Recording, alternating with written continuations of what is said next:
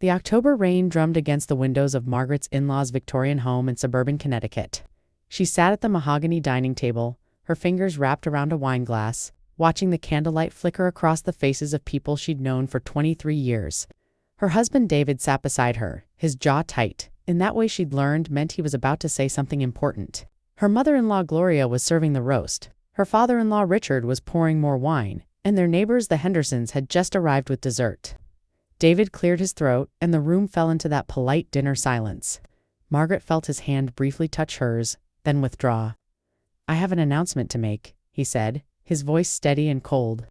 "Margaret and I are in an open marriage." The words hung in the air like smoke. Gloria's serving spoon clattered against the porcelain. Richard's wine bottle tilted, burgundy liquid spilling across the white tablecloth. The Hendersons froze mid-step, their apple pie trembling on its glass plate.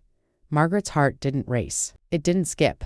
It simply continued its steady rhythm as 23 years of marriage crystallized into a single moment of absolute clarity.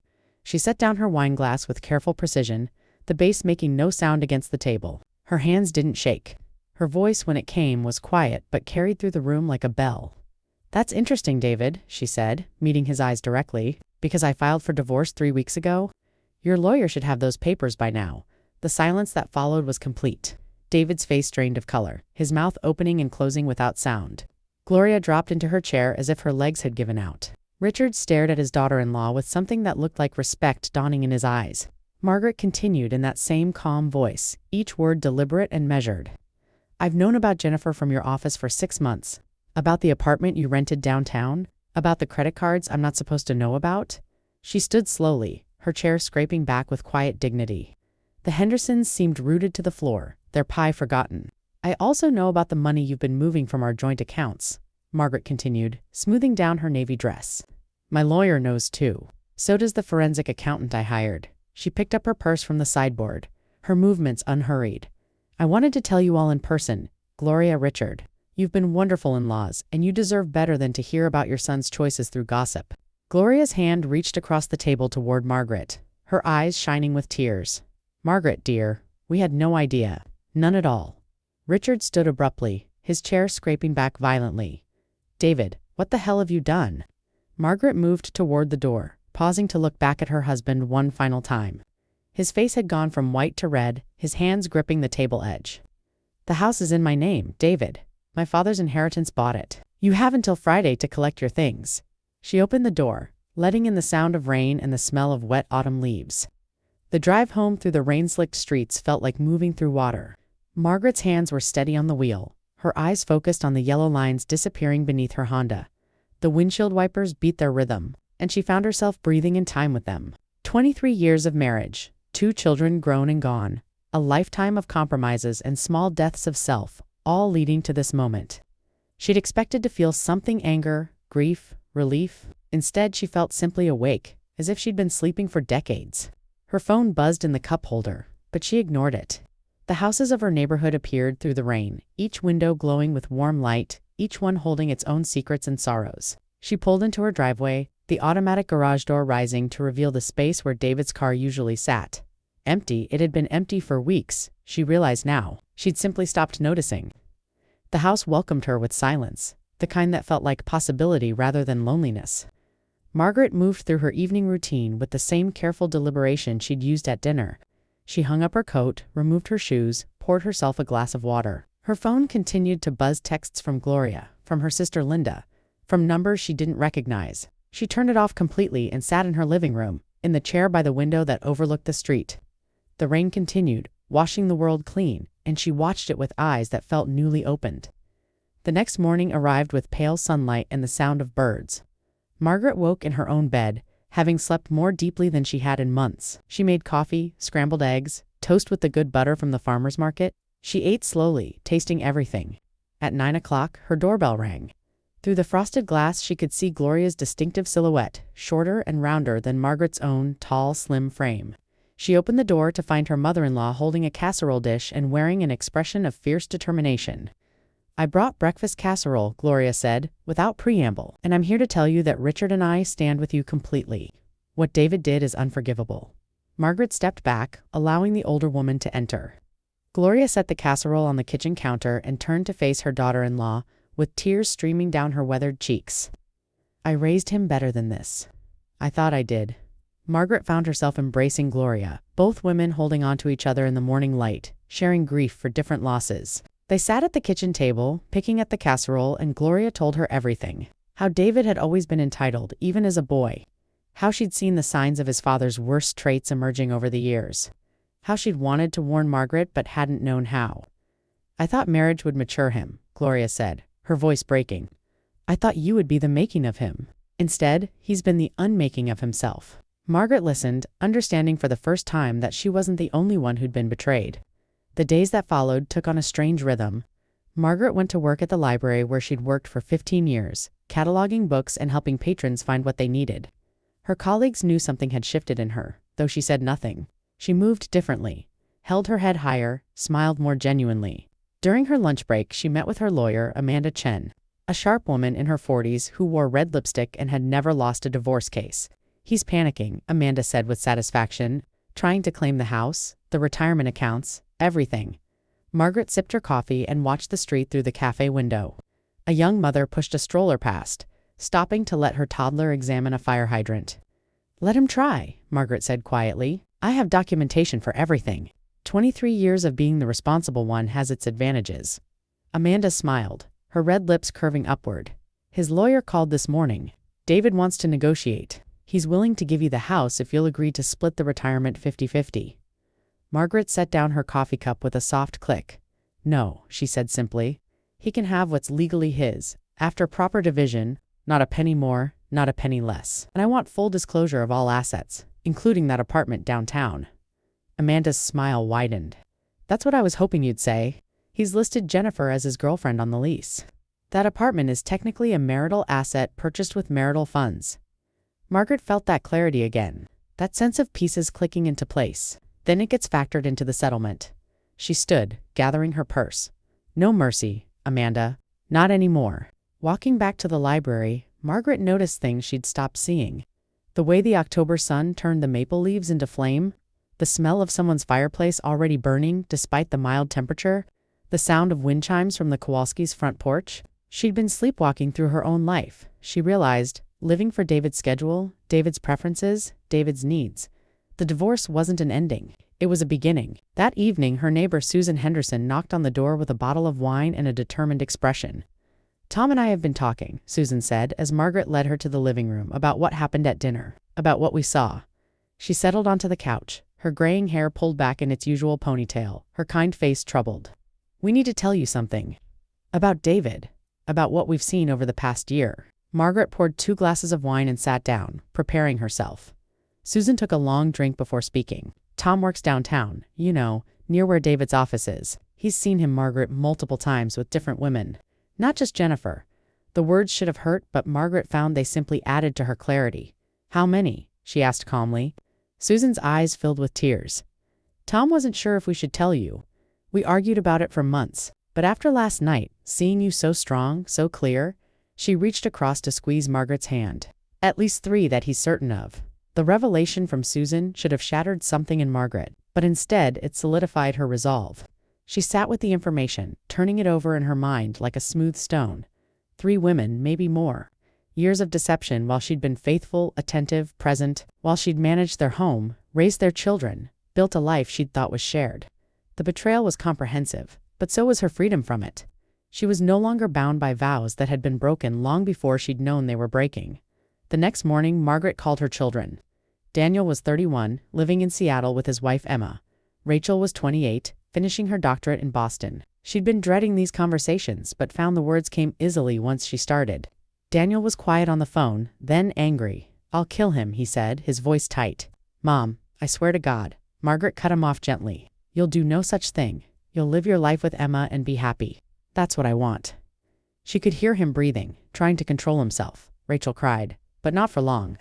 "I knew something was wrong," she said. "When I visited last Christmas, the way he looked at his phone, the way he was never really present." Margaret leaned back in her kitchen chair, looking out at her backyard where the leaves were beginning to fall. "I'm okay, sweetheart. Better than okay. I'm waking up." Rachel was silent for a moment. "Good," she said finally. "It's about time. You've been taking care of everyone else for so long. Take care of yourself now. The support from her children gave Margaret strength she hadn't known she needed. That afternoon, David's car pulled into the driveway. She watched from the window as he sat there for several minutes, gripping the steering wheel. When he finally emerged, he looked diminished somehow, smaller than she remembered. He rang the doorbell as if this wasn't the house he'd lived in for 2 decades. Margaret opened the door but didn't invite him in. "You have 10 minutes," she said. "The locks change tomorrow." David's face was haggard, his expensive suit rumpled. "Margaret, we need to talk. Really talk. What you said at dinner, what you've done. It's all a misunderstanding." She leaned against the doorframe, arms crossed. "Is Jennifer a misunderstanding? Is the apartment? Are the other women Tom Henderson has seen you with misunderstandings?" He flinched at each question. "I can explain everything. If you'd just listen." Margaret shook her head slowly. "Your time is running out, David. Say what you came to say or leave." He tried charm first, then pleading, then anger. Margaret watched it all with the detachment of someone observing a performance in which they no longer had a role. When he finally left, she closed the door and locked it, feeling the solid click of the deadbolt like a period at the end of a sentence. Her phone rang immediately. Amanda Chun's number. "He just called his lawyer," Amanda said, satisfaction in her voice. "He's agreed to full financial disclosure. We're meeting Monday to go through everything." Margaret smiled into the phone. Perfect. The weekend passed in a blur of activity. Margaret's sister Linda drove up from New York, bringing boxes and determination. Together they went through the house, sorting David's belongings from Margaret's, marking what would stay and what would go. Linda, younger by 3 years and fiercer by nature, muttered curses under her breath as they worked. "I never liked him," she said, folding David's golf shirts with aggressive precision. "Too smooth, too sure of himself. But you loved him, so I kept quiet." Margaret paused, holding one of David's sweaters. "I don't know if I loved him or loved the idea of him," she said slowly. "The potential I saw, the life I thought we were building together." She set the sweater in the donation box. "Maybe I loved who I was trying to be through him. The perfect wife, the supportive partner." Linda stopped folding and looked at her sister. "And who are you now?" Margaret considered the question. Really considered it. "I don't know yet, but I'm going to find out." Sunday morning, Margaret attended church for the first time in months. She'd stopped going when David had declared it a waste of time, his work schedule too demanding for meaningless ritual. Now she sat in the familiar pew, listening to the organ music wash over her, and felt something loosen in her chest. After the service, women she'd known for years approached her, their faces kind. They knew. Small towns always knew. But instead of judgment, she found solidarity. Sarah Mitchell, divorced for 10 years, squeezed her hand. "Welcome to the other side," she whispered. "It's better here." Monday arrived with rain again, a cold November rain that promised winter. Margaret dressed carefully in her best suit, a charcoal gray she'd bought years ago but rarely worn. She met Amanda at the lawyer's office downtown, a modern building of glass and steel that felt appropriate for the dismantling of a marriage. David was already there with his attorney, a nervous young man who kept adjusting his tie. Margaret sat across from her husband and saw him clearly for perhaps the first time. Not the man she'd married at 27, full of promise and charm, but a middle-aged man who'd chosen comfort over character. The meeting lasted 3 hours. David tried to argue for the house, claiming he'd contributed to its upkeep. Amanda produced receipts, bank statements, documentation showing that Margaret's inheritance had purchased it. Margaret's income had maintained it. He tried to claim half of her retirement account. Amanda showed how he'd been diverting marital funds to his personal account for years.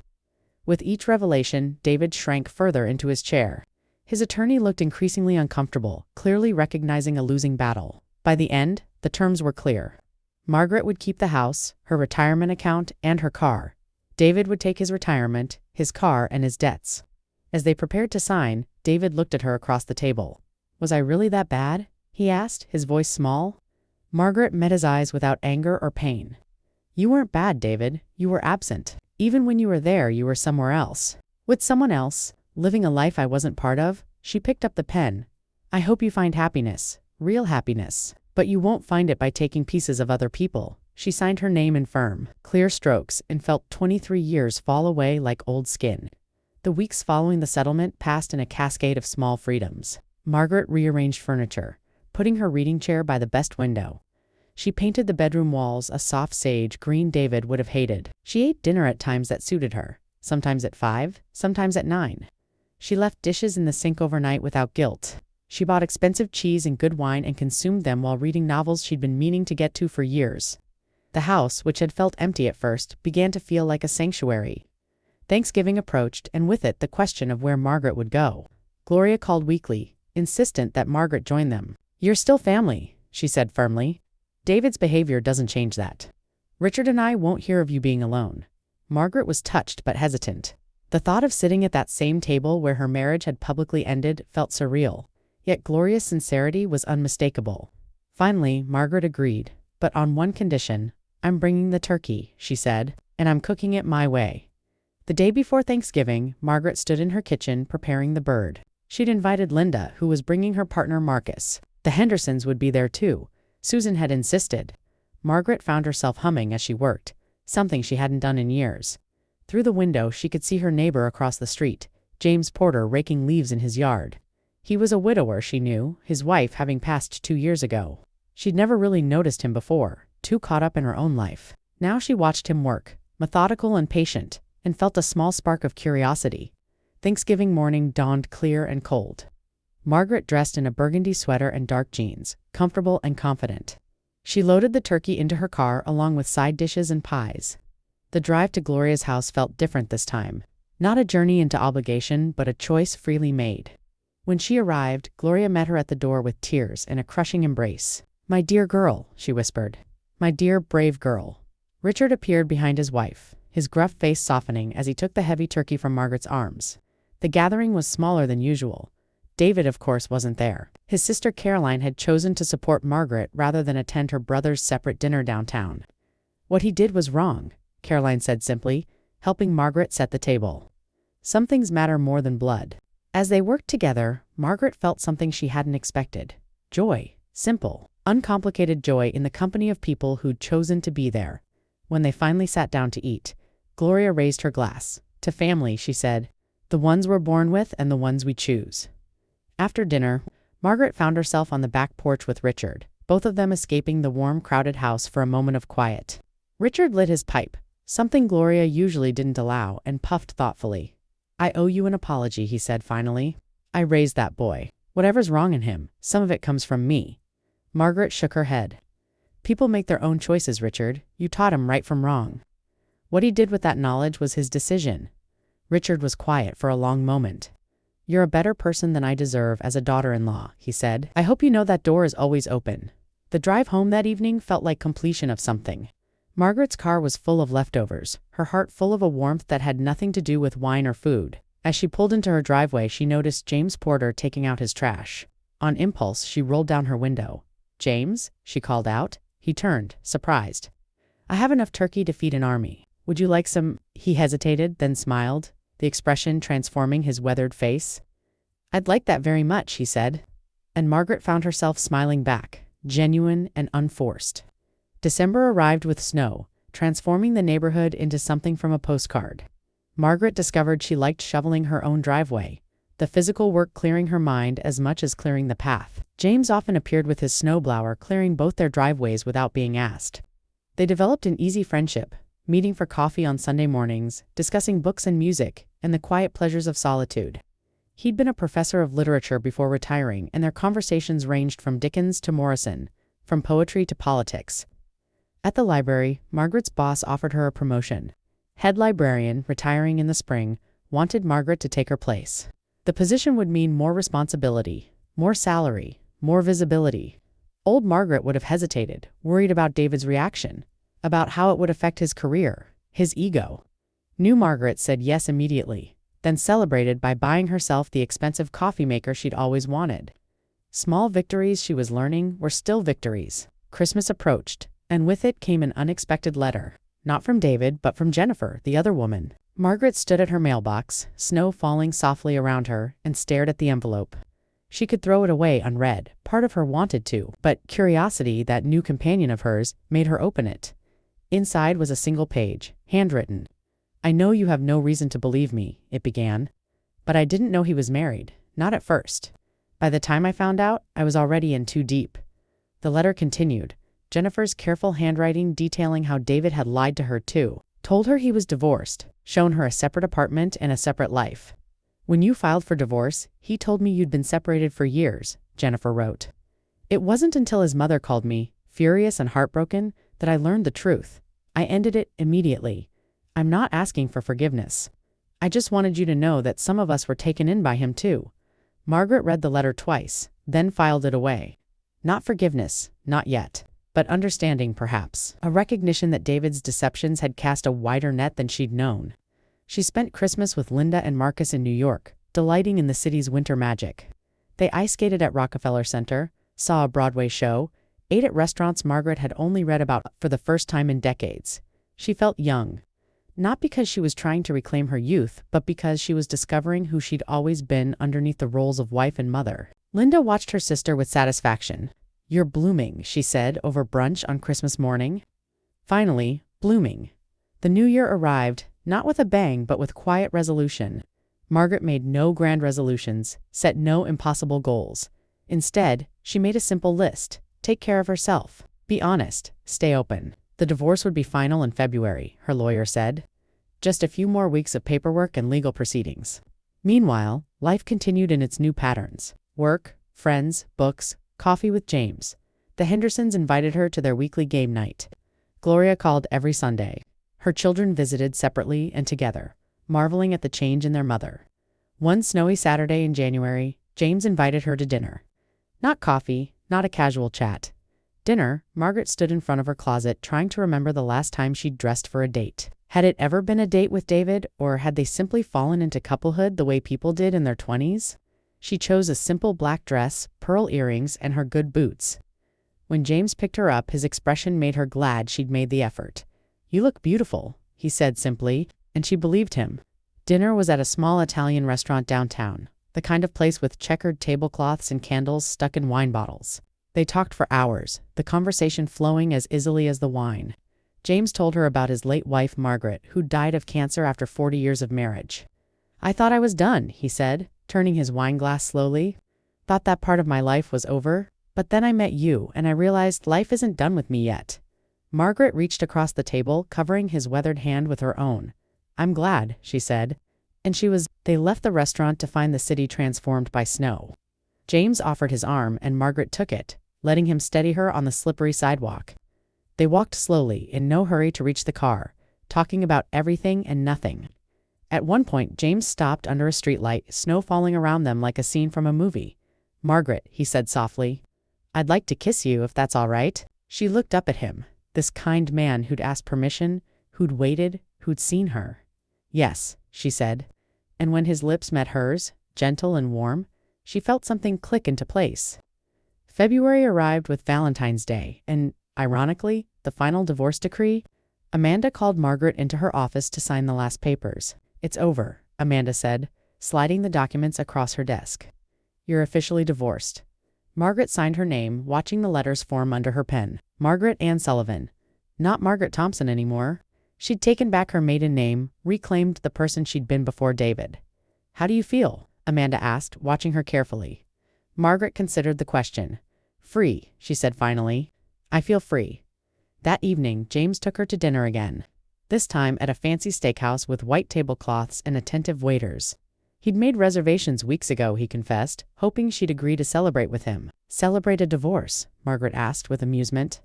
James smiled. "Celebrate a new beginning." He gave her a small box, wrapped in silver paper. Inside was a bookmark, sterling silver, engraved with a quote from Mary Oliver. "Tell me, what is it you plan to do with your one wild and precious life?" Margaret felt tears prick her eyes. "I'm figuring that out," she said. Day by day, spring came slowly, as it always did in Connecticut. The snow melted, revealing grass and gardens, bulbs pushing up through the earth. Margaret planted flowers in her yard, something David had never let her do because he didn't want to deal with the maintenance. Now she dug in the soil with her bare hands, feeling the earth under her fingernails, choosing colors and varieties that pleased her alone. Daffodils and tulips, irises and lilies, a riot of color that would bloom through summer. James helped her his own garden neglected since his wife's death. Together, they brought both yards back to life. At work, Margaret stepped into her new role as head librarian, with confidence. She implemented new programs, updated the catalog system, increased community engagement. The library became a hub again, not just for books, but for connection. She started a book club that met monthly, attracting readers of all ages. She began a reading program for children, partnering with local schools. The work was fulfilling in a way her marriage never had been. It was hers, built by her hands and her vision, and it grew. Gloria called one spring afternoon, her voice hesitant. "I wanted you to know," she said. "David is engaged. To someone new, not Jennifer. Someone else." Margaret absorbed this information, waiting for pain or jealousy or regret. Instead, she felt only a mild curiosity. "I hope he treats her better than he treated me," she said honestly. Gloria was quiet for a moment. "You're remarkable. You know that." "Most people would be bitter." Margaret looked out her window at her garden, blooming and wild. "Bitterness would only poison me," she said. "He took enough of my life. I won't give him any more." Summer arrived in a wave of heat and green. Margaret's garden exploded into color, drawing compliments from neighbors and passersby. She sat on her porch in the evenings, reading and watching the street, content in a way she'd never been. James joined her most nights, bringing wine or ice cream, conversation or comfortable silence. Their relationship had deepened slowly, naturally, to people finding companionship in the second act of life. There was no rush, no pressure, just the gentle unfolding of connection. In June, Rachel defended her dissertation and graduated with her doctorate. Margaret flew to Boston for the ceremony, her heart swelling with pride as her daughter crossed the stage. Rachel looked so confident, so sure of herself, everything Margaret was learning to be. At dinner afterward, Rachel raised her glass. "To my mom," she said, "who taught me by example that it's never too late to start over." Margaret felt tears on her cheeks but didn't wipe them away. "To both of us," she said, "to all of us starting over." Daniel and Emma announced they were expecting a baby in December. Margaret was going to be a grandmother. The news filled her with unexpected joy. She would be able to be present for this grandchild in a way she hadn't been able to be present even for her own children. Too busy managing David's needs and expectations, "I'll come help when the baby's born," she promised Daniel over the phone. "For as long as you need me." His relief was audible. "Thanks, Mom, and Mom. I'm glad you left him. You're so much happier now." The library's summer reading program was a huge success, with twice as many participants as the previous year. Margaret organized author visits, reading challenges, and a grand finale party in the park. She stood at the edge of the festivities, watching children and families, and felt deeply satisfied. This was impact. This was legacy. Not a marriage that had crumbled, but a community that was thriving. Susan Henderson found her standing there and linked arms with her. "You've come so far," Susan said softly. "When I think about that dinner last October, it feels like a lifetime ago," Margaret agreed. "Like it happened to someone else." Susan squeezed her arm. "In a way it did. That Margaret is gone. This Margaret is better." They stood together watching the party, and Margaret knew it was true. She'd been broken open. Yes, but in the breaking, she'd found herself. Found strength she hadn't known she possessed. Found the capacity to build a life on her own terms. The divorce hadn't been an ending. It had been an opening. In August, James asked her to go on a trip with him. "Nothing scandalous," he assured her with a smile. "Just a week in Maine, separate rooms, good food, and better scenery." Margaret didn't hesitate. "I'd love to," she said. They drove up the coast, stopping at seaside towns and lobster shacks, walking on beaches and watching the waves. One evening, sitting on a rocky shore as the sun set, James took her hand. "I love you," he said simply. "I wanted you to know." Margaret looked at him, this man who'd appeared in her life at exactly the right moment. "I love you too," she said, and she did. Fall returned, painting the world in amber and crimson. A year since that dinner, since her world had turned upside down, Margaret stood in her garden, harvesting the last of her vegetables, and marveled at how much had changed. She was head librarian now, confident and respected. She had a relationship with James that was built on honesty and mutual respect. She had her children's admiration and her in-laws' love. She had friends who supported her and a community that valued her. Most importantly, she had herself. Fully, completely, unapologetically herself. Gloria invited her to Thanksgiving again, and this time Margaret accepted without hesitation. The gathering was warmer, easier than the previous year. David's absence was noted but not mourned. His sister Caroline brought her new girlfriend, Linda brought Marcus, the Hendersons brought wine and laughter. James came too, fitting seamlessly into the group, charming Gloria and earning Richard's respect with his knowledge of literature and history. As they sat down to dinner, Margaret looked around the table and felt overwhelmed with gratitude. After dinner, Richard asked to speak with her privately. They went out to the back porch, the same spot where they'd talked the year before. "I want you to know something," Richard said gruffly. "You'll always be family to us. Always. Even if you marry James, even if you move to Timbuktu. You're our daughter and nothing changes that." Margaret embraced him, this stern man who'd shown her such kindness. "Thank you," she whispered. "That means more than you know." In December, Daniel and Emma's baby arrived. A girl, 8 pounds 6 ounces, with a full head of dark hair and her father's eyes. They named her Margaret after both her grandmother and James's late wife. When Margaret held her granddaughter for the first time, she felt her heart expand in ways she hadn't known were possible. "Hello, little one," she whispered. "Welcome to the world. It's wild and precious, and you're going to love it." Emma, exhausted and glowing, smiled at her Padile. "We want you in her life," she said. "Really in it?" Christmas was celebrated in Seattle. Margaret's first trip to the Pacific Northwest, she stayed with Daniel and Emma, helping with the baby, cooking meals, providing the kind of support she wished she'd had when her children were born. James flew out to join them for a few days, and Margaret watched him hold baby Margaret with gentle competence. "You're a natural," she said. He smiled. "Had 4 kids of my own, remember? Grandchildren too? But this one's special." He looked at adult Margaret. "Because she's yours." On New Year's Eve, back in Connecticut, James proposed. Not with fanfare or grand gesture, but with quiet certainty. They were sitting in her living room, fire crackling in the fireplace, snow falling outside. "Marry me," he said. "Not because you need me or I need you, but because we choose each other. Every day." Margaret looked at this man who'd waited patiently, who'd supported her journey, who'd never tried to fix or change her. "Yes," she said. "Yes, I'll marry you." They kissed as the clock struck midnight, beginning a new year and a new chapter. The wedding planning was nothing like Margaret's first marriage. Then, at 27, she'd let others dictate the details, worried about pleasing everyone. Now, at 51, she knew exactly what she wanted. A small ceremony in her garden in May, when everything was in bloom. Immediate family and close friends only. No fuss, no pretension, just love and commitment and joy. Linda would be her maid of honor, Rachel and Emma her bridesmaids. Gloria insisted on making the cake. Richard offered to walk her down the aisle. The months leading up to the wedding were full of simple pleasures. Margaret and James combined their book collections, creating a library in her home office. They cooked together, discovering they both loved experimenting in the kitchen. They took long walks in the evenings talking about everything and nothing. They attended concerts and plays, visited museums, traveled to nearby cities. They built a life together slowly, carefully, with attention to each other's needs and boundaries. In April, a letter arrived from David. Margaret almost didn't open it, but curiosity won out. Inside was a short note handwritten. "I hear you're getting married. I wanted to say congratulations, and I'm sorry for everything. I hope he treats you the way I should have." Margaret read it twice, then showed it to James. "How do you feel?" he asked. She considered. "I feel nothing," she said. "No anger, no satisfaction, no vindication, just nothing. He's part of my past, but he has no power over my present." She filed the letter away, closing that chapter completely. The week before the wedding, her children arrived, Daniel with Emma and baby Margaret, Rachel with her new boyfriend, a kind man named Thomas. The house filled with noise and laughter, with chaos and love.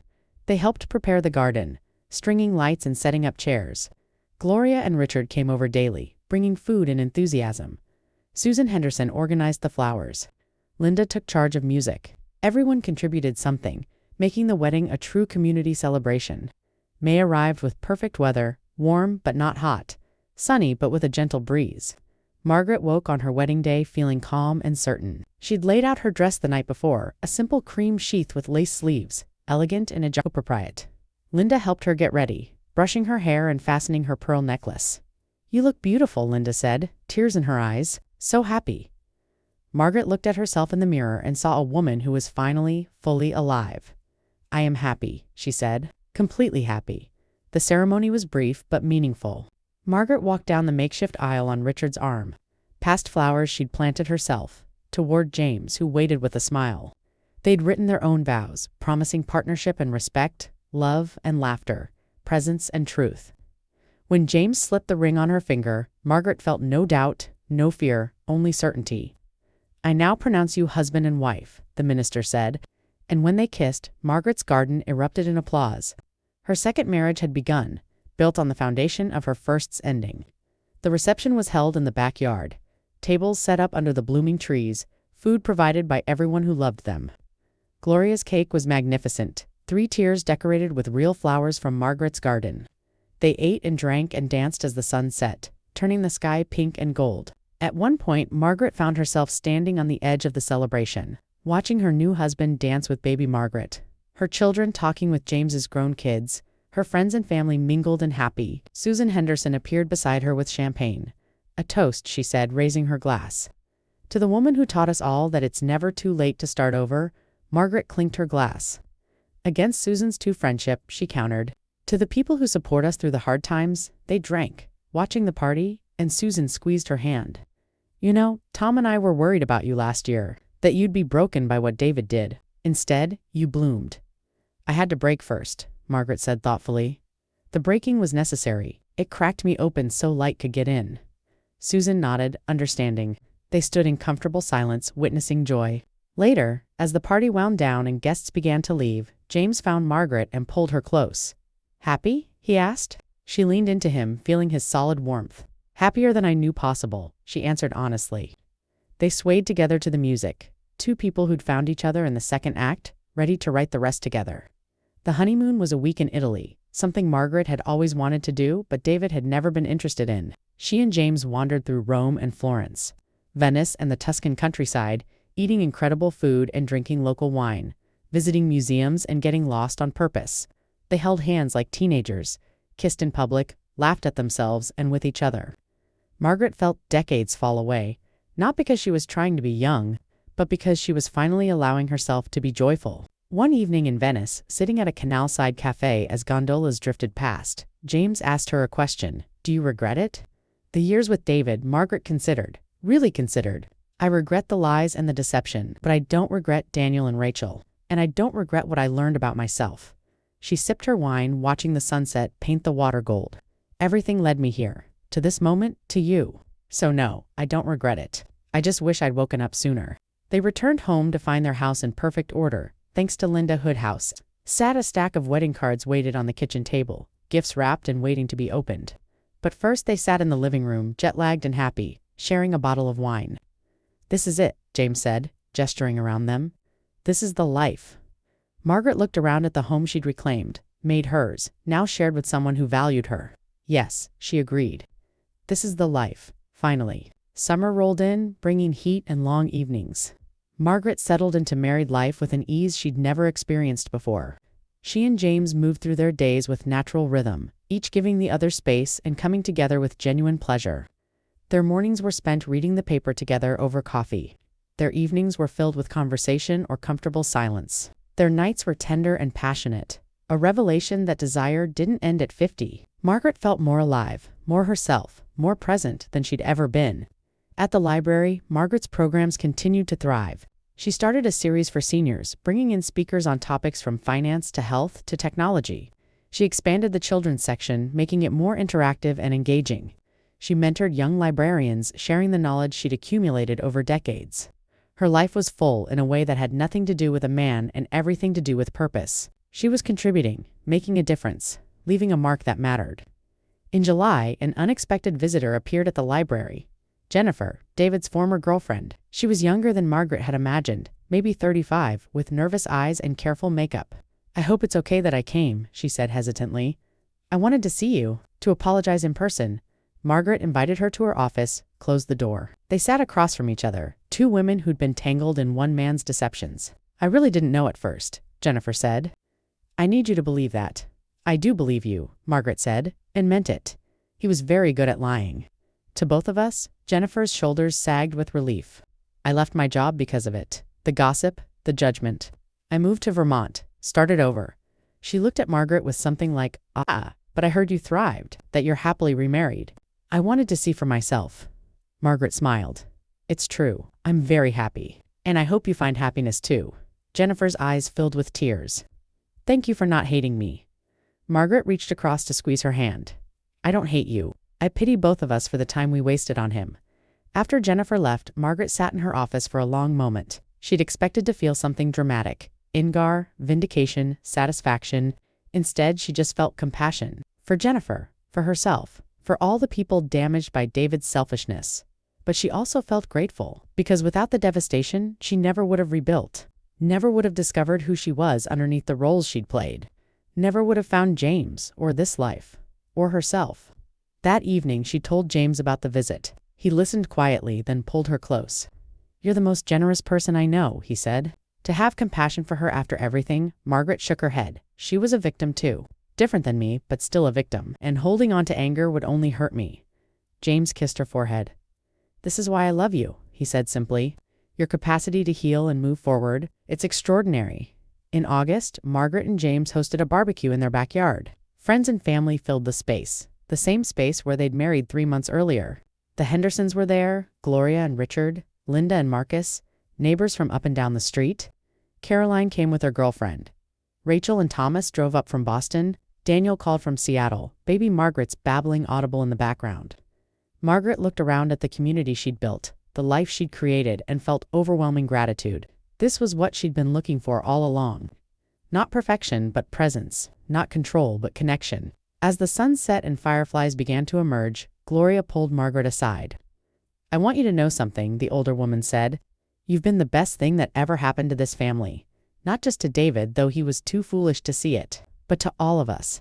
You've shown us what grace looks like, what strength looks like." She hugged Margaret fiercely. "Thank you for not shutting us out after the divorce. Thank you for letting us keep you." Margaret hugged her back, these two women bound, not by blood, but by choice. "Thank you for choosing me," Margaret whispered. Fall arrived again, completing the circle. 2 years since that dinner that had changed everything. Margaret sat in her garden watching leaves fall and marveled at the transformation, not just in her circumstances, but in herself. She was stronger, clearer, more authentically herself than she'd ever been. The divorce had been traumatic, yes, but it had also been necessary. It had forced her to examine her life, her choices, her complicity in her own unhappiness. And in that examination, she'd found the courage to rebuild.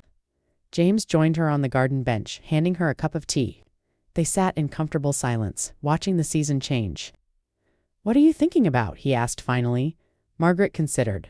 "How grateful I am," she said, "for all of it, even the hard parts, especially the hard parts. They made this possible." She gestured at the garden, the house, him, this life, this real, authentic, chosen life. James took her hand, threading his fingers through hers. "I'm grateful too," he said, "that you were brave enough to start over, because it brought you to me." Thanksgiving came with its usual preparations. This year, they would host at their house, a joint effort with Margaret cooking the turkey and James handling the sides. Gloria and Richard would come, along with Caroline and her girlfriend. Linda and Marcus were driving up, the Hendersons wouldn't miss it. Rachel and Thomas were coming, having recently gotten engaged themselves. Daniel was sending a video greeting from Seattle. Baby Margaret, now walking and getting into everything. The house would be full of noise and love and laughter. The night before Thanksgiving, as Margaret prepared pies in the kitchen, she found herself thinking about that dinner 2 years ago. How she'd sat at a different table in a different life and heard words that had shattered her world. How she'd responded with calm clarity, not knowing where that clarity would lead. How that single moment had set off a chain reaction that had brought her here, to this kitchen, this life, this version of herself. She had lost a marriage, but gained herself.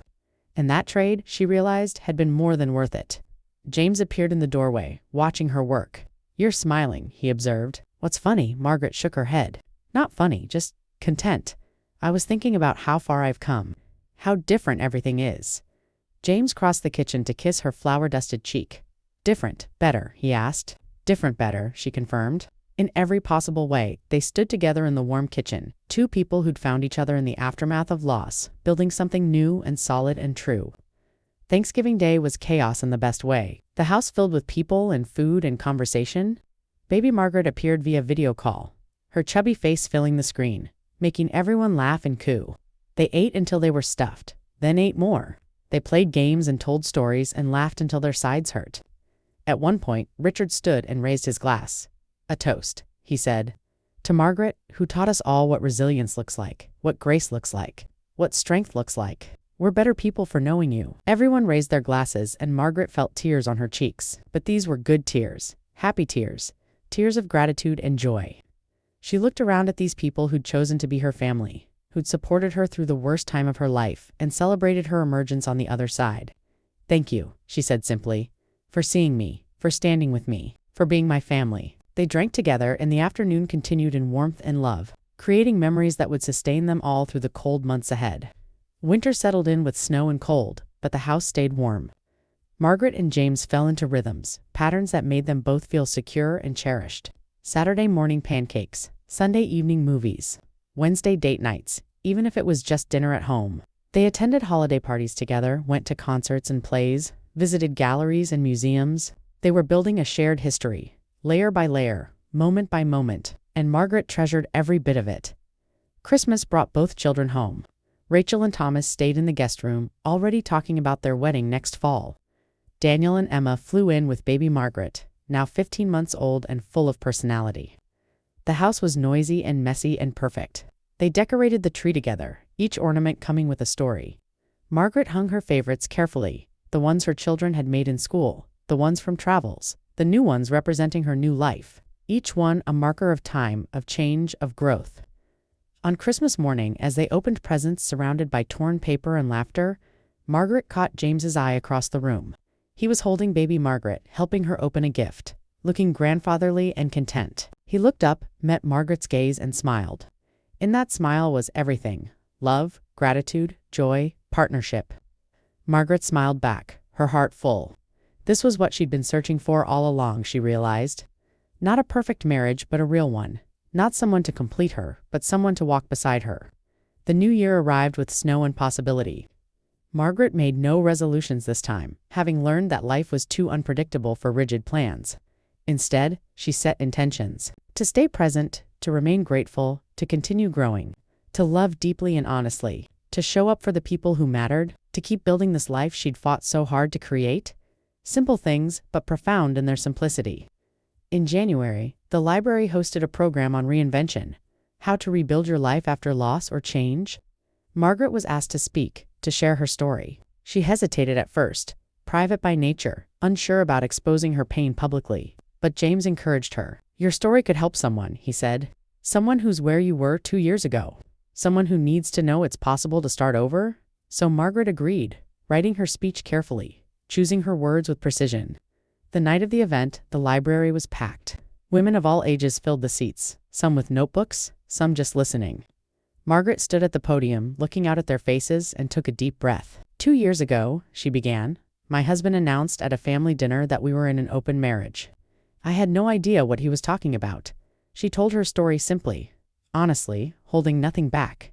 The discovery, the divorce, the rebuilding, the fear and the courage, the loss and the finding. When Margaret finished speaking, the room was silent for a long moment. Then someone started clapping, and soon everyone was standing, applauding. Women came up to her afterward, some crying, some just wanting to shake her hand. Thank you, they said, over and over. Thank you for showing us it's possible. Margaret hugged strangers and listened to their stories, recognizing herself in their struggles. She gave out her email, offered to be a resource, created connections that would last beyond that single evening. James was waiting for her afterward, pride evident on his face. You were amazing, he said, pulling her close, brave and honest and real. Margaret leaned into him, exhausted but satisfied. I hope it helped someone, she said. James kissed the top of her head. It did. I watched their faces. You gave them hope. They drove home through the snowy streets, hand in hand, and Margaret felt a new sense of purpose settling over her. Maybe her story could be useful. Maybe her pain could help someone else heal. February brought Valentine's Day and the anniversary of her divorce finalization. Instead of sadness, Margaret felt only satisfaction. 3 years since that dinner, 2 years since her divorce, 1 year since her wedding. The timeline of her transformation marked in neat increments. She and James celebrated quietly. Dinner at home, and a bottle of good wine. To the best decision I ever made, James toasted. Asking you to marry me. Margaret clinked her glass against his. To the best decision I ever made, she countered, choosing myself first. Spring arrived early that year, March, bringing warmth and the first buds on Margaret's roses. She worked in her garden, preparing the beds for planting, thinking about growth and cycles and new beginnings. Life, she'd learned, wasn't linear. It was circular. Seasons repeating but never exactly the same. Each spring was different from the last, shaped by what had come before but not defined by it. She was in her own spring now, she realized. Not at the end of her life, but somewhere in the middle, with years ahead to fill with meaning and joy. Rachel's wedding plans took up much of April. Margaret helped with dress shopping, venue selection, invitation design. But unlike with her own first wedding, there was no stress, no pressure. Just joy at seeing her daughter so happy, so sure of her choice. Thomas was a good man, patient and kind. clearly devoted to Rachel. He reminded Margaret of James, actually steady and supportive, secure in himself, not threatened by his partner's strength. "You chose well," Margaret told Rachel over lunch one day. Rachel smiled. "I learned from your example," she said, "what not to accept, and what to look for." May arrived with Margaret's garden in full bloom, just as spectacular as the previous year. She and James celebrated their first anniversary quietly, dinner at the same Italian restaurant where they'd had their first date. "1 year," James said, raising his glass. "Many more to come." Margaret touched her glass to his. "Many more," she agreed. They talked about the year past, the changes and continuities, the joys and small challenges. It had been, Margaret reflected, the easiest year of her life. Not without difficulties, but navigated together with honesty and communication and mutual respect. Summer brought Rachel's wedding in Boston, a beautiful ceremony in a garden overlooking the harbor. Margaret cried watching her daughter marry Thomas, tears of pure happiness. Daniel stood up as best man, baby Margaret toddling down the aisle as flower girl, stealing the show with her serious concentration. At the reception, both Margaret's families, blood and chosen, mingled and celebrated. Gloria danced with Thomas's father. Richard gave a toast that had everyone laughing and crying. James twirled baby Margaret around the dance floor while adult Margaret watched with her heart full. The Hendersons pulled Margaret aside during the reception. "We wanted to tell you," Susan said, "how inspired we've been by you. Watching you rebuild your life, find love again, be so brave, it's made us look at our own marriage differently. We've started counseling, working on things we'd ignored for years." Tom nodded, his arm around his wife. "You showed us it's never too late to make changes, to be honest about what we need." Margaret hugged them both, moved by their words. "Thank you for being there when I needed support," she said, "for not judging me." Fall arrived, and with it Margaret's 53rd birthday. James threw her a surprise party, inviting everyone who mattered. The house filled with people and laughter, gifts and cake. But the best gift, Margaret knew, wasn't anything wrapped in paper. It was this life, these people, this second chance she'd fought so hard to claim. As she blew out her candles, she didn't make a wish. She didn't need to. Everything she wanted, she already had. Everything she'd lost, she'd found again in better form. Everything she'd sacrificed, she'd regained 100-fold. Later that night, after everyone had gone home, Margaret and James sat in their living room, surrounded by the remnants of celebration. "Happy?" James asked. The same question he always asked. "Always," Margaret answered. The same answer she always gave. And she was happy in a deep, settled way that had nothing to do with circumstances and everything to do with her own sense of self. She'd found herself in the wreckage of her first marriage, found courage in devastation, found truth in betrayal, and from all that finding, she'd built this life. October arrived again, marking the full circle. 3 years since that dinner, 3 years since her world had been turned upside down. Margaret thought about sending David a thank you note, then decided against it. He didn't deserve her gratitude, even ironically, but she was grateful nonetheless. Grateful for the catalyst that had forced her to change, grateful for the pain that had led to growth, grateful for the ending that had made this new beginning possible.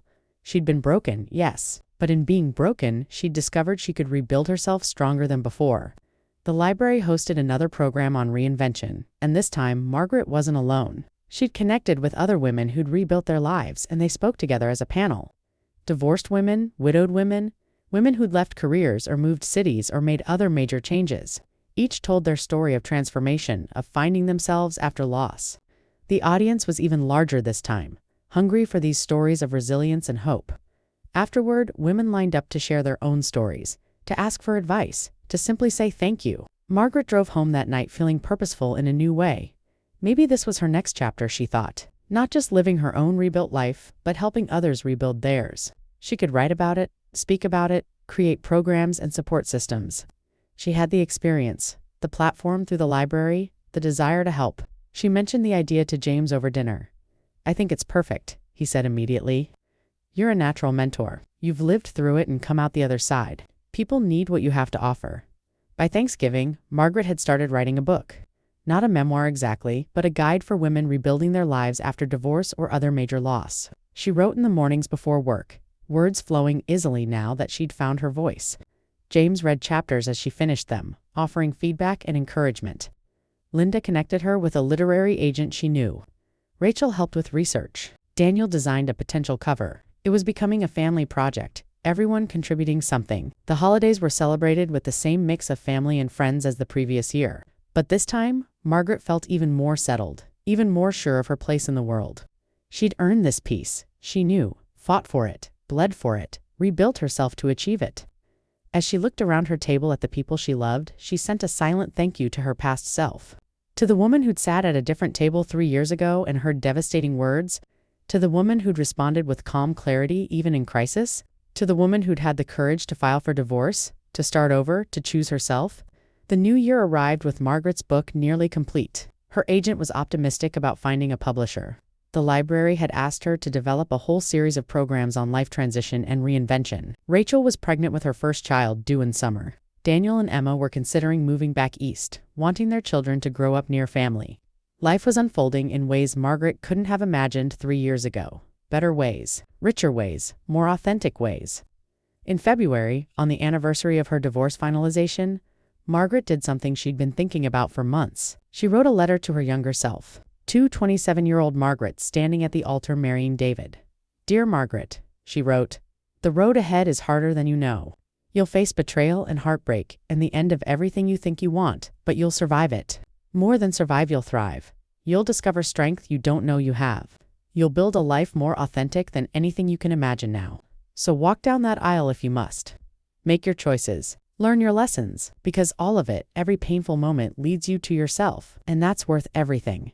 She shared the letter with James, who read it with tears in his eyes. You should include this in your book, he said. It's beautiful and true. Margaret considered, then agreed. Yes, she would include it because that letter wasn't just for her younger self. It was for every woman who'd lost herself in a marriage, in a relationship, in expectations and obligations. Every woman who needed to know that it was possible to find yourself again, that it was never too late to start over, that the breaking could be the beginning of the building. Spring arrived with Margaret's roses blooming again, more profuse than ever. She'd added new varieties, experimented with different color combinations, created a garden that was truly her own. She worked in the soil, feeling the earth under her hands, and thought about roots and growth and transformation. She'd transplanted herself, she realized, pulled herself up from soil that wasn't nourishing her, and replanted herself in ground where she could thrive. And now she was blooming, fully and completely, in all her authentic colors. Her book sold to a publisher in April with plans for release the following year. Margaret signed the contract feeling both excited and terrified. Her story would be out in the world, exposed and vulnerable, but also potentially helpful, maybe even healing for others. You're going to help so many women, her editor said during their first meeting. Your honesty, your journey, it's exactly what people need to hear. Margaret hoped it was true. Hoped that her pain could serve some purpose beyond her own growth. Hoped that her transformation could light the way for others. Rachel's baby arrived in June, a boy they named James, after his step-grandfather. Margaret held her grandson in the hospital, this tiny perfect human, and felt her heart expand impossibly further. You're going to have the best life, she whispered to him. Your parents will teach you about love and respect and honest communication. You'll grow up knowing what a good relationship looks like. Rachel, exhausted and glowing, smiled at her mother. I learned from watching you rebuild, she said. You taught me that it's never too late to choose yourself, to demand better, to be brave. Summer passed in a haze of family visits and book edits and garden work. Margaret's life had found its rhythm, the days flowing into each other with satisfying regularity. Work at the library where she was making real impact. Time with James, always easy and comfortable. Visits with family, rich with love and connection. Writing, which had become a passion and a purpose. Friends, neighbors, community. A life built on her own terms, reflecting her own values shaped by her own hands. In August, Margaret received an unexpected letter. From David, she almost threw it away unread, but something made her open it. Inside was a long letter, pages of cramped handwriting. I've been in therapy, it began, trying to understand why I did what I did, why I hurt you so badly. My therapist suggested I write you, not to ask for forgiveness, but to take responsibility. The letter went on, detailing his recognition of his selfishness, his entitlement, his betrayals. You deserved so much better, he wrote. I can see that now. I'm glad you found it with James. I'm glad you're happy. I'm sorry I couldn't be the man you needed. Margaret read the letter twice, then showed it to James. How do you feel? He asked. The same question he'd asked so many times over the years. Margaret considered. I feel nothing much, she said honestly. Maybe a little sad for him that it took him so long to understand. maybe a little satisfied that he finally recognizes what he did, but mostly just neutral. He's part of my past, but he has no power over my present. She filed the letter away, another piece of her history acknowledged but not dwelled upon. Fall arrived again, painting the world in familiar colors. For years since that dinner, for years of transformation and growth and becoming, Margaret's book was in final edits due for release in the spring. Her programs at the library were thriving, helping dozens of people navigate life transitions. Her marriage to James was solid and joyful, built on the right foundation. Her children were happy and healthy, building their own lives. Her garden was magnificent, a testament to what careful tending could create. She'd built a life she was proud of from the ground up, with her own hands and heart. On the anniversary of that fateful dinner, Margaret hosted a gathering not to commemorate the end of her first marriage, but to celebrate the life she'd built since. Everyone who'd been at that dinner was invited: Gloria and Richard, the Hendersons, Linda and Marcus, James, of course, Rachel and Thomas and baby James, Daniel joining via video with Emma and little Margaret. They ate and drank and told stories, laughing about how far they'd all come. At one point, Gloria raised her glass. To Margaret, she said, "Who showed us all what grace under fire looks like, what strength in adversity looks like, what hope after heartbreak looks like?" Everyone raised their glasses, and Margaret felt tears prick her eyes. But these were the good kind, the happy kind, tears of gratitude and fulfillment, and deep, abiding joy. "Thank you," she said, her voice steady and clear. "Thank you for standing with me, for choosing me, for being my family." They drank together, these people bound not by obligation but by love. And Margaret knew with absolute certainty that she'd made it. She'd survived the worst and found the best. She'd been broken and rebuilt herself stronger. She'd lost everything and gained herself. Winter settled in, bringing snow and cold and cozy evenings by the fire. Margaret finished the final edits on her book and submitted them, her work complete. Now came the waiting, the marketing, the exposure. She felt nervous but ready. Her story deserved to be told. Other women's stories deserved to be heard. If her book could help even one person find the courage to start over, it would be worth the vulnerability of sharing. The holidays were quieter that year, just Margaret and James and Gloria and Richard. Rachel and Thomas were spending Christmas with Thomas's family, baby James's first Christmas with his other grandparents. Daniel and Emma stayed in Seattle, little Margaret now too, and full of opinions. But the quiet was nice. Margaret found restful and intimate. They cooked together, watched movies, played board games, talked for hours about everything and nothing. It was perfect in its simplicity. On New Year's Eve, as midnight approached, James pulled Margaret close. 5 years ago, he said, "I thought my life was over. My wife had died, my purpose gone. Then you came into my life and everything changed." Margaret leaned into him, feeling his warmth. 5 years ago, I thought I knew what my life was. Then it all fell apart, and I discovered who I actually was, who I could be." They kissed as the clock struck midnight, beginning another year together.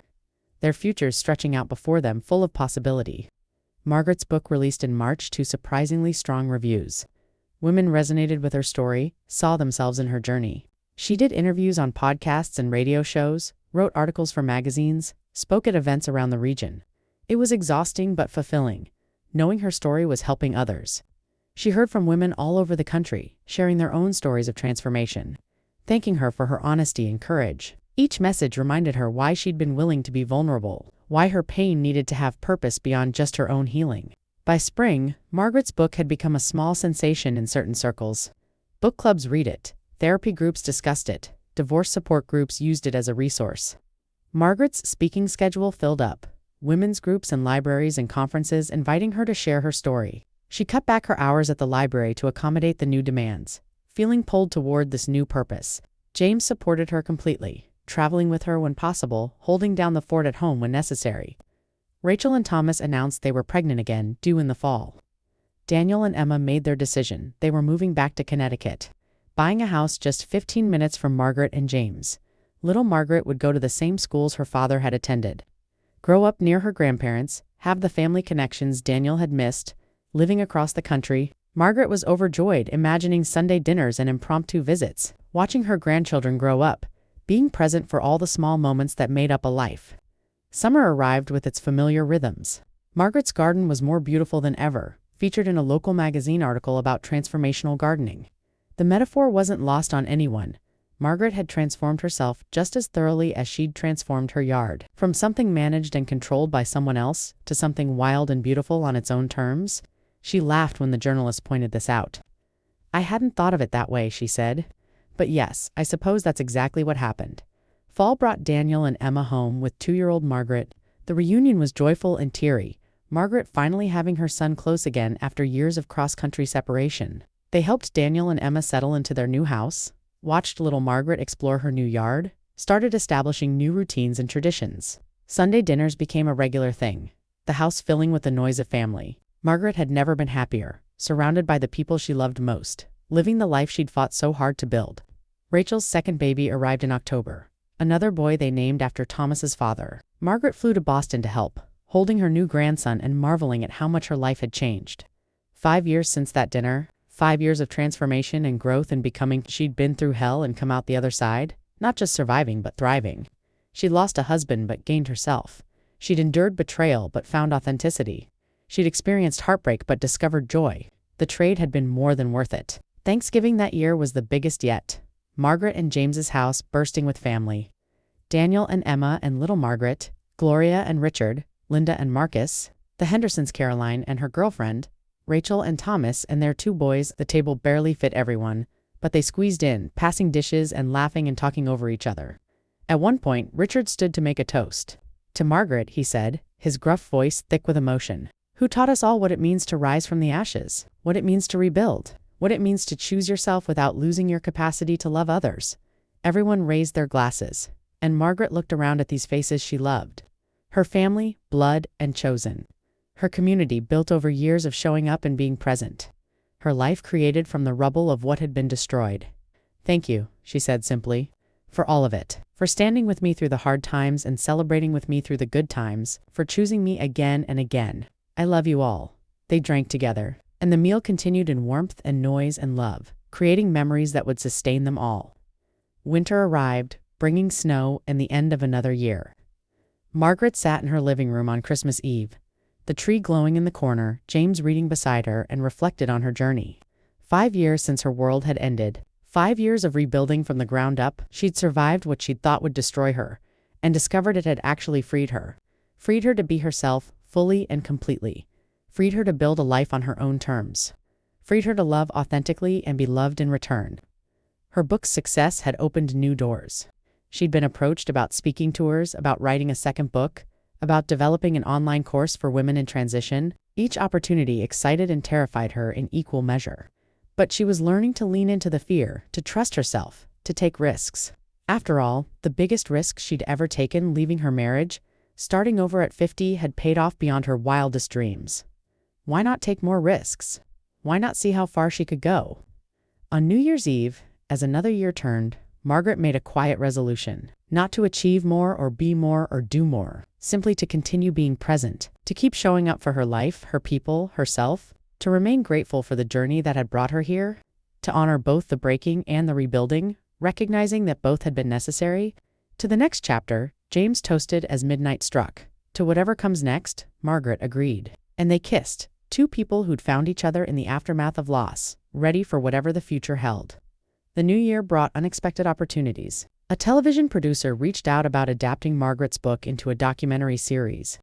A women's organization invited her to be their keynote speaker at their national conference. A major magazine wanted to do a profile piece. Margaret felt overwhelmed by the attention but also determined to use it well.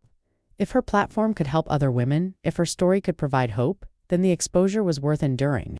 She continued her programs at the library, now more popular than ever. Women from all over the region attended, sharing their own stories of transition and transformation. Margaret facilitated rather than lectured, creating space for everyone's voice to be heard. She learned as much from these women as they seemed to learn from her. Each story was different, but the themes were universal: loss, fear, courage, rebuilding hope, the human capacity to survive and even thrive after devastation. Spring arrived with its usual promise, Margaret's garden bursting into bloom. 6 years since that dinner. 6 years of growth and change and becoming. She could barely remember the woman she'd been then. So focused on pleasing David, so lost in the role of perfect wife, that Margaret felt like someone she'd known once but couldn't quite recall. This Margaret, confident, purposeful, authentic, was who she'd always been underneath. The divorce had simply stripped away the false layers to reveal her true self. Rachel announced she was pregnant again, hoping for a girl this time. Daniel and Emma were considering having another child, wanting to give little Margaret a sibling. Margaret would have 4 grandchildren soon, maybe 5. The thought delighted her. She could be present for these children in ways she hadn't been able to be present for her own, too busy managing David's needs and expectations. Now she had time and energy and presence to offer. She could be the grandmother she'd always wanted to be. The documentary crew arrived in May, filming Margaret in her garden, at the library. At home with James, they interviewed her children, her friends, even Gloria and Richard. They wanted the full story, from devastation to triumph. Margaret felt vulnerable having cameras in her life, but trusted the producer's vision. "Your story needs to be told," the producer said. "For all the women out there who think it's too late to start over, you're proof it's never too late." Summer passed in a blur of activity. Margaret spoke at conferences and workshops, traveled for book events, continued her library programs. James traveled with her when he could, their partnership strong enough to weather the demands of her growing career. They made time for each other, regular date nights and quiet mornings and lazy weekends. Their marriage was a refuge, a place of safety and love and mutual support. Everything her first marriage hadn't been.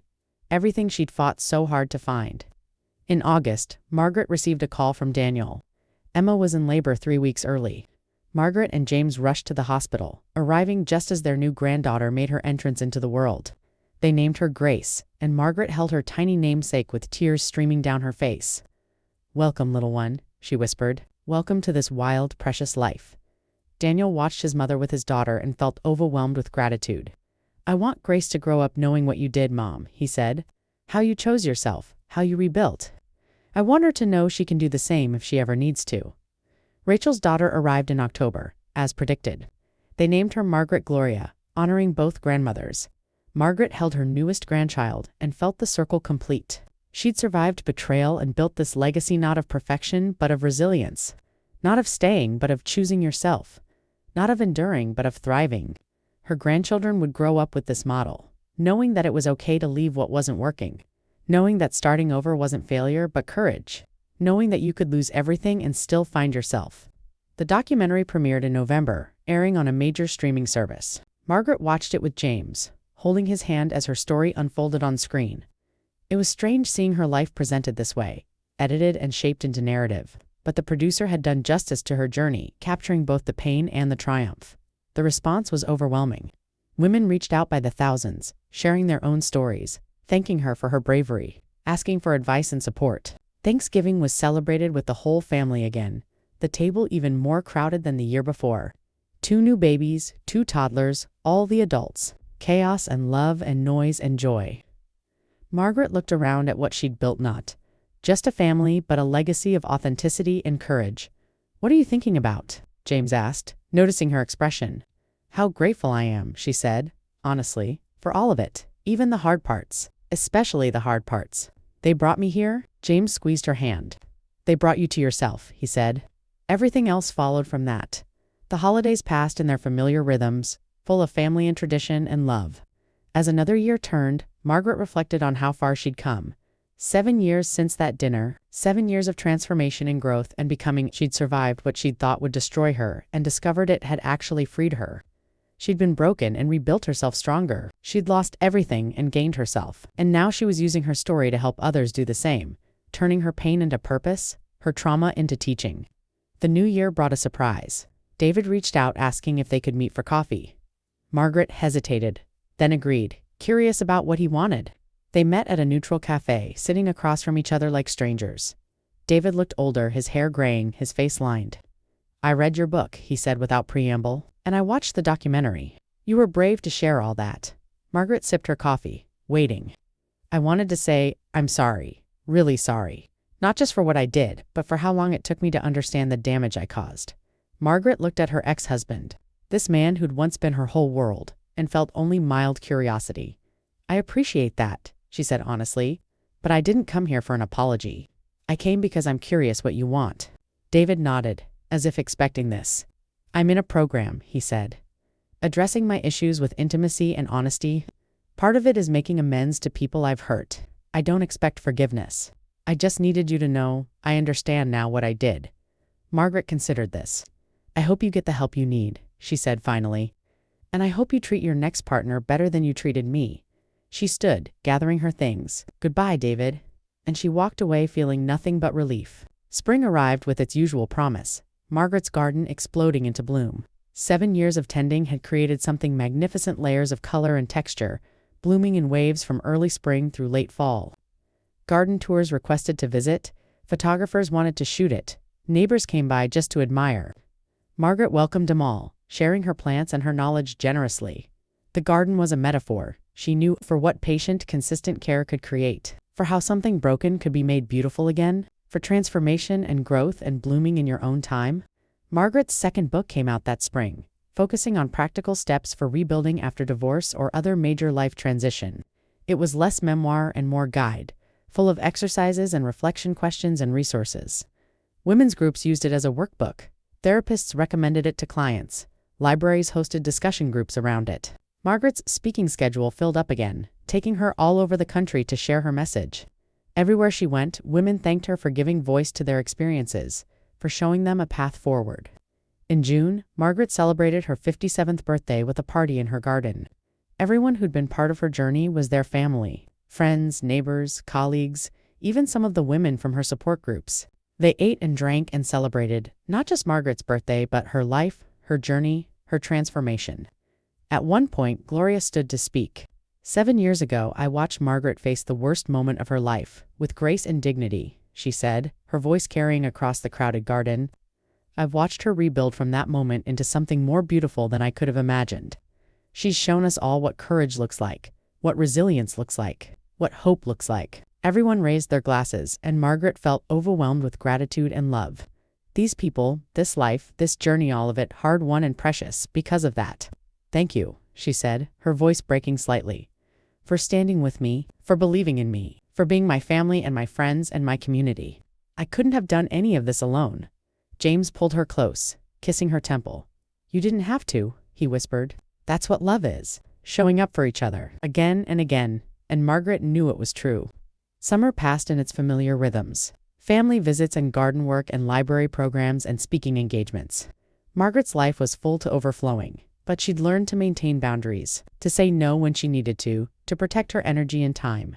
Self-care wasn't selfish. She'd discovered it was essential. She couldn't pour from an empty cup, couldn't help others if she wasn't taking care of herself. So she built in rest and quiet, mornings reading before the day began, evenings in the garden letting the soil ground her. Fall arrived with its usual beauty, painting the world in amber and gold. Margaret stood in her garden one October morning, coffee cup warming her hands, and thought about that dinner 8 years ago, how it had felt like the end of everything, how devastated she'd been, how lost and broken, and how from that devastation had grown this life richer and more authentic than anything she'd known before. The breaking had been necessary, she understood now. It had cracked her open so she could grow into who she'd always been meant to be. The anniversary of that dinner was approaching. 8 years, nearly a decade of transformation and growth and becoming. Margaret decided to mark it with a gathering, but not of family or friends. Instead, she organized a workshop at the library for women going through divorce or other major life transition. She called it From Breaking to Blooming and planned a full day of speakers, support groups, resources, and community building. The response was overwhelming, with over 100 women registering. Clearly, the need was still there. Clearly, her story still resonated. The workshop day arrived with perfect October weather, cool and clear. Women filled the library's meeting rooms, some looking shell-shocked and raw, others further along in their journeys. Margaret opened the day by sharing her story again from that dinner 8 years ago to where she stood now.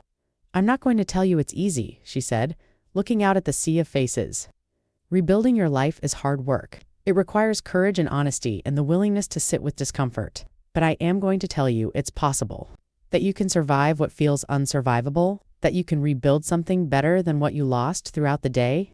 Women shared their own stories, asked questions, made connections. Margaret watched them begin to relax, to realize they weren't alone, to find hope in each other's journeys. By the end, the room was full of energy and possibility rather than despair. Women exchanged contact information, formed support groups, committed to staying connected. Margaret felt deeply satisfied, knowing she'd helped create this community, this space of healing and hope. This was her purpose now, she realized. Not just surviving, but helping others survive. Not just rebuilding, but teaching others to rebuild. November brought Thanksgiving again, the holiday that had become a marker of Margaret's journey. 8 years since that first devastating dinner.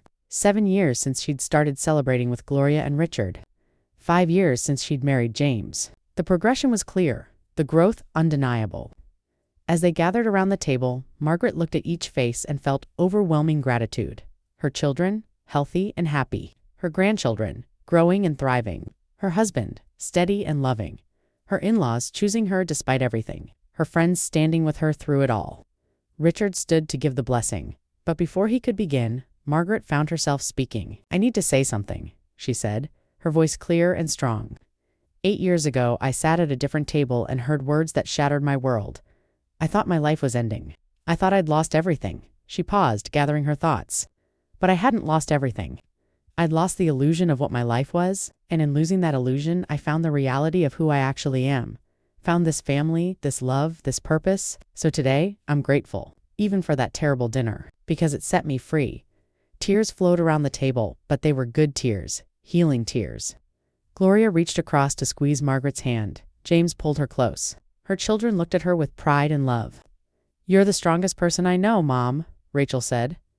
Daniel nodded agreement. "You taught us that it's okay to start over. That leaving something that's hurting you isn't giving up. It's choosing yourself." Margaret hugged her children, these people she'd raised who'd become her greatest supporters. "And you taught me to be brave enough to do it," she said. "Knowing you'd understand and support me made all the difference." The meal continued in warmth and love, creating more memories to add to the collection. Later, as Margaret and James cleaned up together in the kitchen, he asked his usual question. "Happy?" Margaret considered. Really considered. "More than happy," she said finally. "Fulfilled, purposeful, authentic. Alive?" She looked at her husband. This man who'd appeared in her life at exactly the right moment. "Thank you for seeing me, for choosing me, for building this life with me." James pulled her into his arms. "Thank you for being brave enough to start over," he said. "For giving us a chance. For being you." Winter settled in, bringing snow and the end of another year. Margaret's life had found its rhythm, the days flowing with satisfying regularity, work that mattered, relationships that nourished, purpose that fulfilled.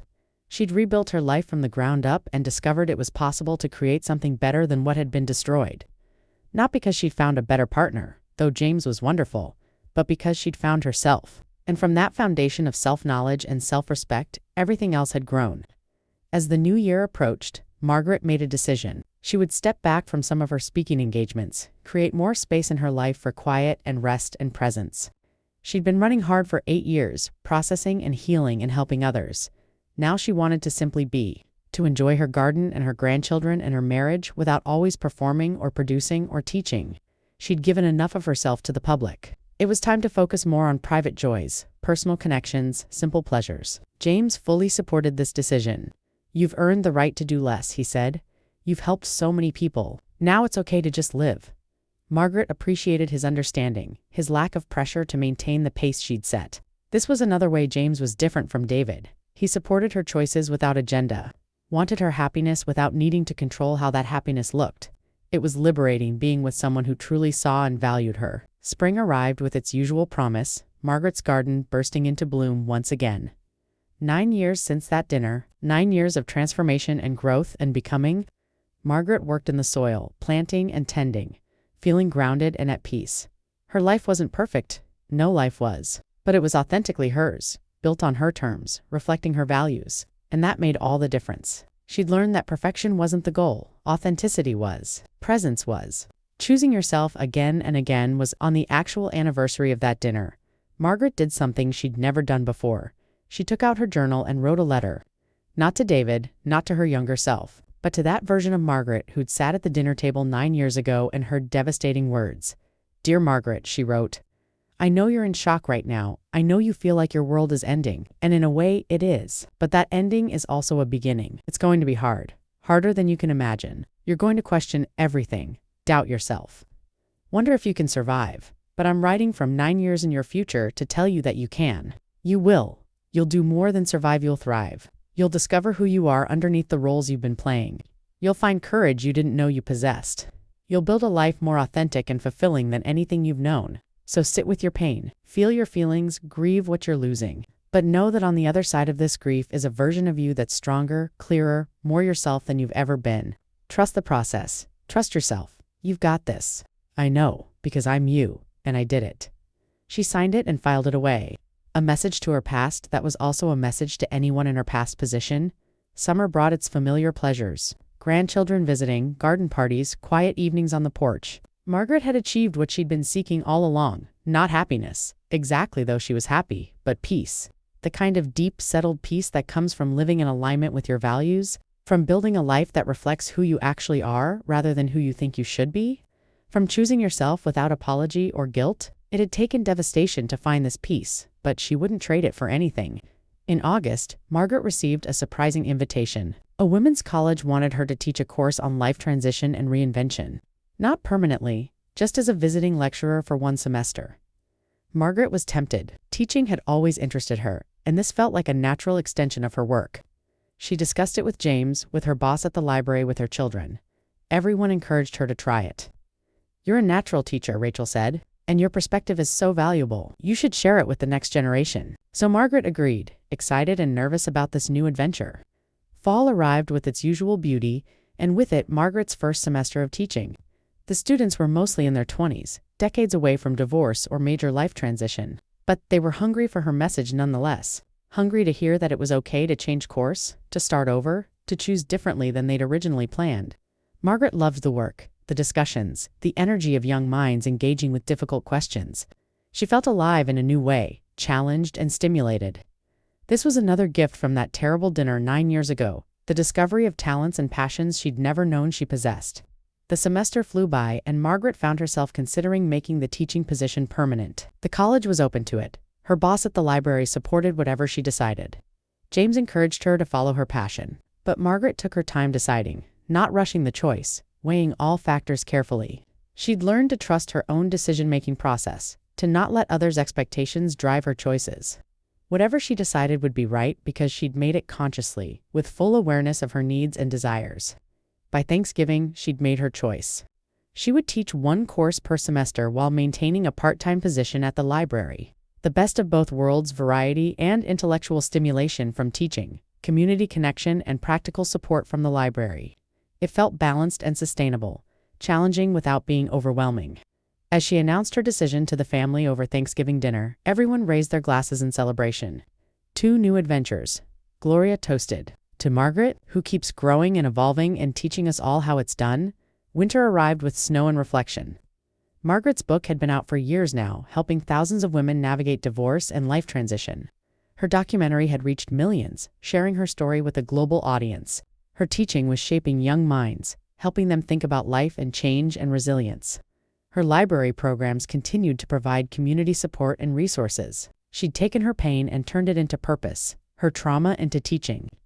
The transformation was complete, not that she was done growing, but that she'd fully stepped into this new identity. She was no longer defined by what had been done to her, but by what she'd built from the ruins. On New Year's Eve, as another year turned, Margaret and James sat by their fireplace, reflecting on the decades since that dinner. 10 years next fall, James said. Can you believe it? Margaret shook her head. Sometimes it feels like yesterday, sometimes like a lifetime ago. She looked at her husband, this man who'd been part of her rebuilding. Thank you for walking this journey with me, for supporting every choice, every change, every new direction. James pulled her close. Thank you for letting me, he said simply.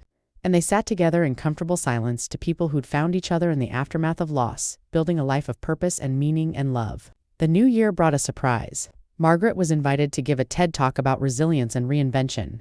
The invitation was both exciting and terrifying.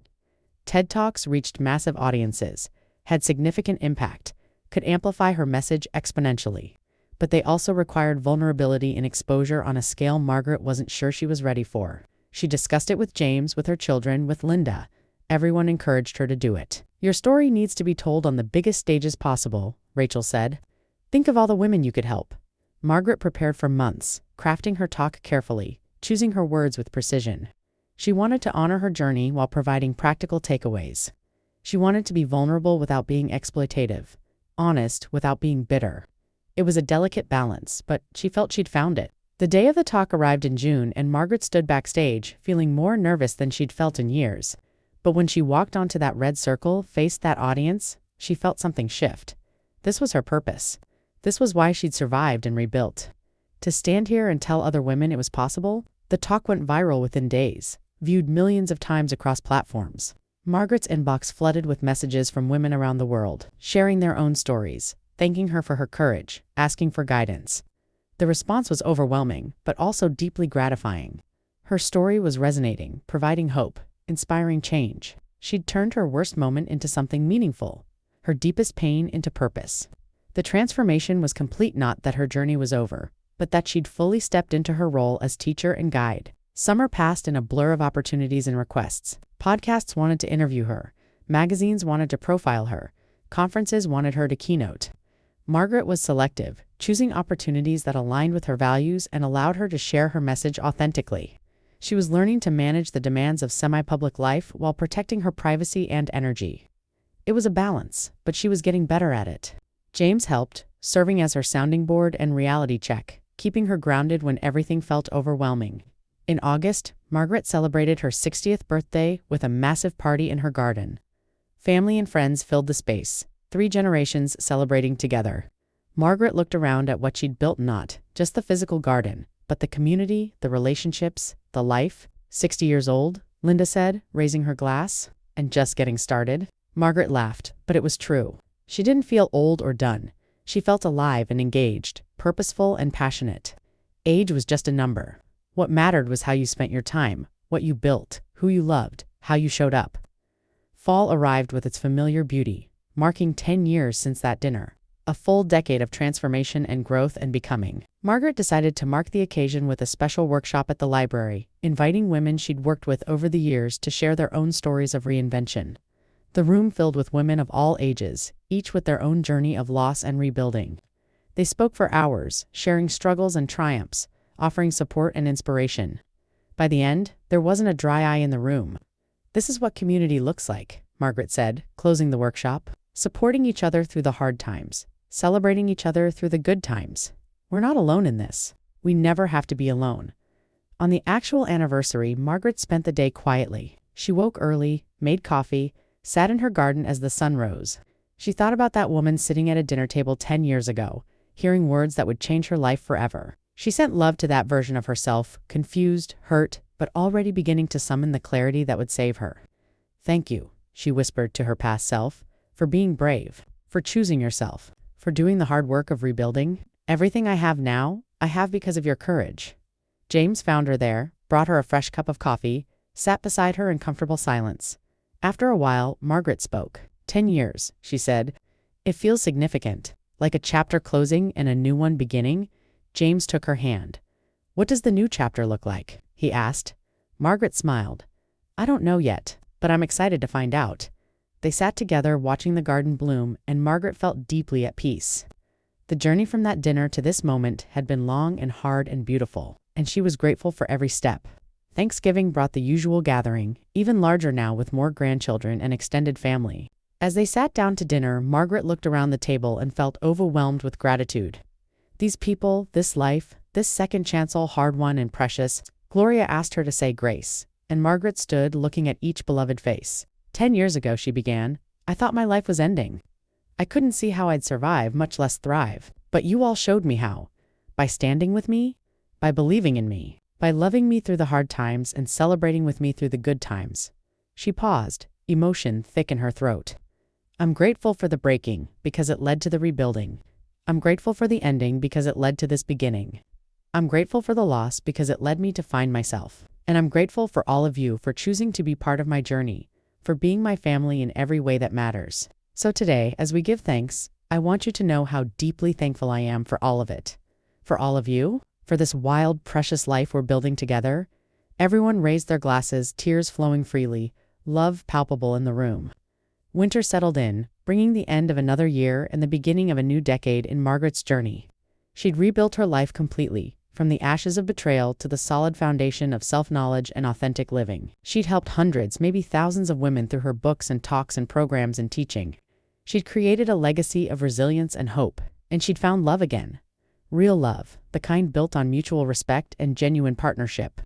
The transformation was complete, though she knew the journey of growth never truly ended.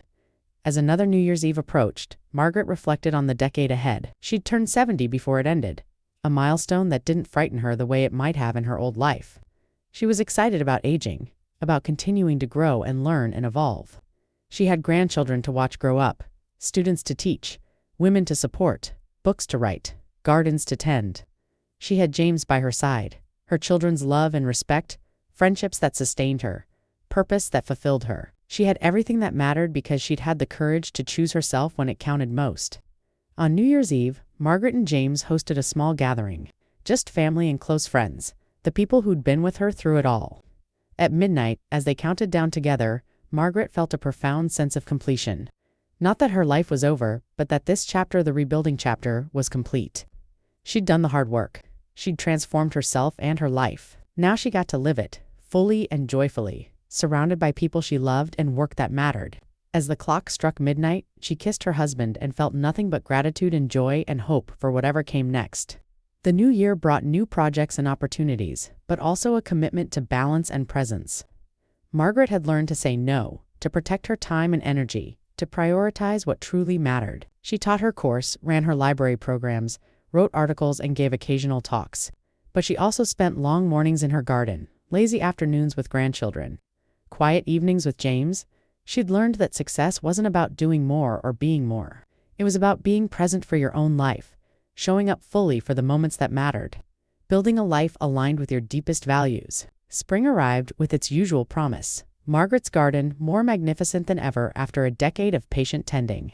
She worked in the soil, feeling grounded and at peace, and thought about growth and transformation. Everything in the garden had its season dormancy and blooming, dying back and regenerating. Life was like that too. She'd had her season of dormancy in her first marriage, her dying back in the divorce. Now she was in full bloom, vibrant and alive, and authentically herself. And she knew there would be more seasons ahead, more cycles of growth and rest. But she was ready for all of it.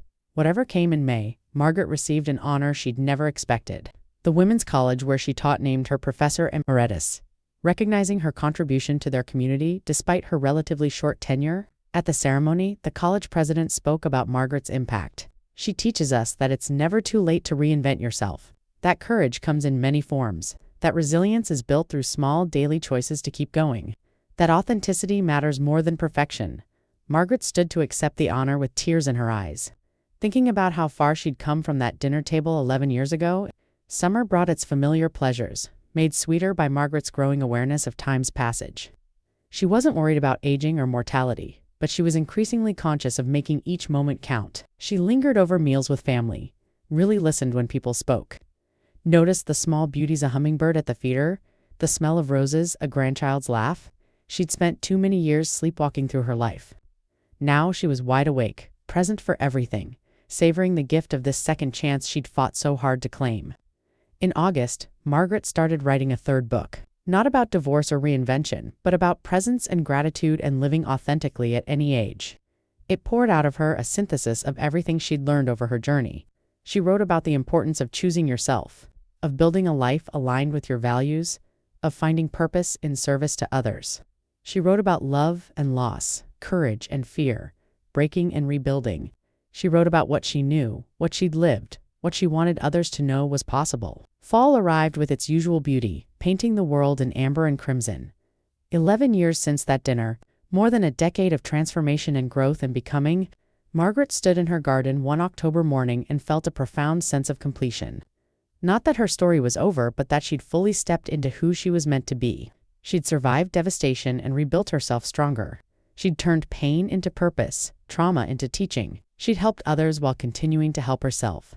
She'd created a life of meaning and authenticity and love. The anniversary of the dinner passed quietly this year. No big workshop or gathering, just a peaceful day of reflection and gratitude. Margaret spent it in her garden, working with the soil, preparing beds for winter.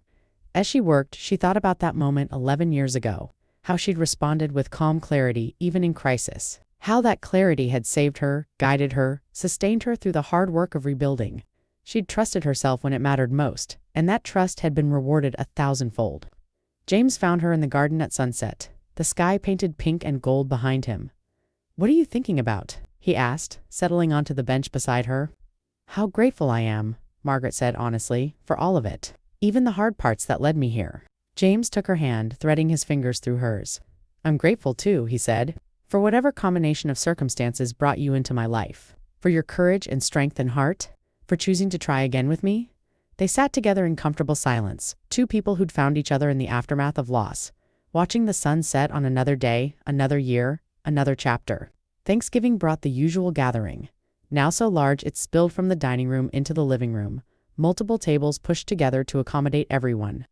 For grandchildren now, ranging from infant to 10 years old, Margaret's children and their spouses, Gloria and Richard, older but still vital, Linda and Marcus, the Hendersons, Caroline and her wife, friends who'd become family.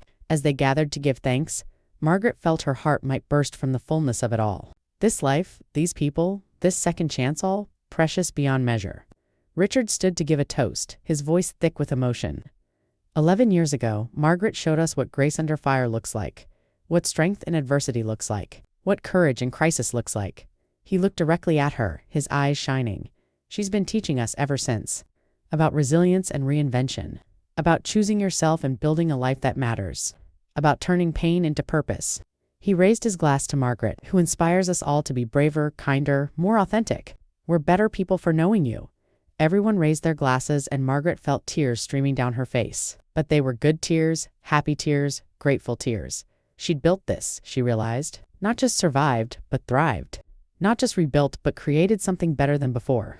She'd taken the worst moment of her life and transformed it into the catalyst for her becoming. The breaking had been necessary. The pain had been purposeful. The journey had been worth every difficult step. She stood, raising her own glass.